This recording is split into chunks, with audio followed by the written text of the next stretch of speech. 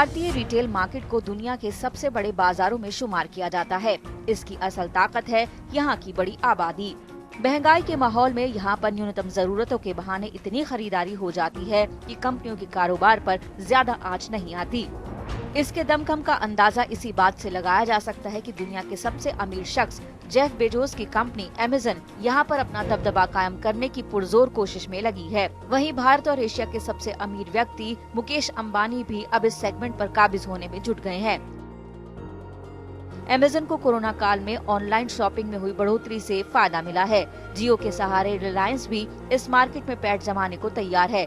इस online shopping के दम पर अनुमान लगाया जा रहा है कि 2021 की पहली छमाही में रिटेल मार्केट का कारोबार कोविड-19 से पहले 85% के बराबर हो जाएगा। मौजूदा समय में भारत के रिटेल सेक्टर का आकार $854 बिलियन यानी करीब 83 लाख करोड़ का है। 2025 तक तो भारत के रिटेल सेक्टर में $1.3 ट्रिलियन होने का अनुमान है। इतने बड़े मार्केट से होने वाले मुनाफे को कोई भी कंपनी कैसे छोड़ सकती है। इस मार्केट के बड़े हिस्से पर कब्जे को लेकर जेफ बेजोस और मुकेश अंबानी के बीच इस साल जंग शुरू हुई। ये लड़ाई रिलायंस के अगस्त में फ्यूचर रिटेल को करीब 25,000 करोड़ रुपए में खरीदने के ऐलान के साथ शुरू हो गई। इससे एक साल पहले अमेज़न ने फ्यूचर रिटेल में अप्रत्याशित हिस्सेदारी खरीदी थी। इसी आधार पर अमेज़न रिलायंस फ्यूचर रिटेल के सौदे का विरोध कर रहा है। अमेज़न ने फ्यूचर ग्रुप पर निवेश समझौते के उल्लंघन का आरोप लगाया है। तब से अब तक ये मामला सिंगापुर और भारत की कोर्ट के बीच चल रहा है। माना ये जा रहा है कि इस मामले में जो भी फैसला आएगा उससे भारत के रिटेल सेक्टर की तस्वीर एकदम बदल सकती है। अगर इस जंग में बाजी अमेज़न के हाथ लगी तो फिर रिलायंस की ई कॉमर्स कारोबार के विस्तार की रफ्तार सुस्त हो जाएगी। वहीं रिलायंस के हाथ जीत लगने पर अमेज़न की विस्तार की योजना में रुकावट आ सकती है।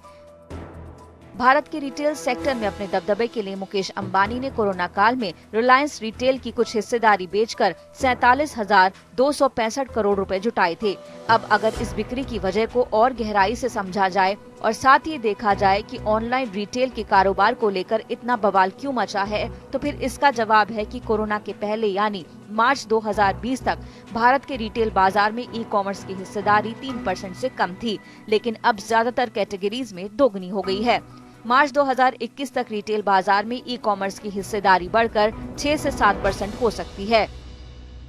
इसमें बड़ा रोल कोरोना का होगा, क्योंकि इस महामारी से ग्राहकों की आदतों में काफी बदलाव हुआ है।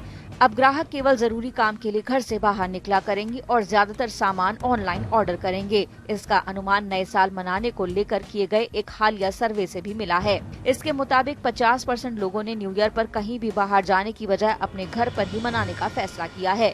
65% लोगों ने नए साल पर खाने पीने का सामान ऑनलाइन ऑर्डर करने की बात कही। सर्वे में शामिल महज 10% लोगों ने होटल या रेस्टोरेंट में नया साल मनाने की बात कही। 15% लोगों ने हिल स्टेशन या बीच पर जाकर न्यू ईयर सेलिब्रेट करने की बात कही है। वैसे तो ये सर्वे देश भर में किया गया है, लेकिन अनुमान लगाया जा रहा है कि इससे अकेले दिल्ली एनसीआर में ही एक रात में 250 करोड़ रुपए का नुकसान होगा। लेकिन धीरे धीरे नुकसान कम होगा और इसका कुछ हिस्सा हमेशा के लिए ऑनलाइन कारोबार में शिफ्ट हो जाएगा। इससे आखिरकार देश का ई कॉमर्स कारोबार फलेगा फूलेगा और इस पर कब्जे की लड़ाई और तेज हो सकती है, जिसका अगला नजारा 2021 में देखने को मिल सकता है।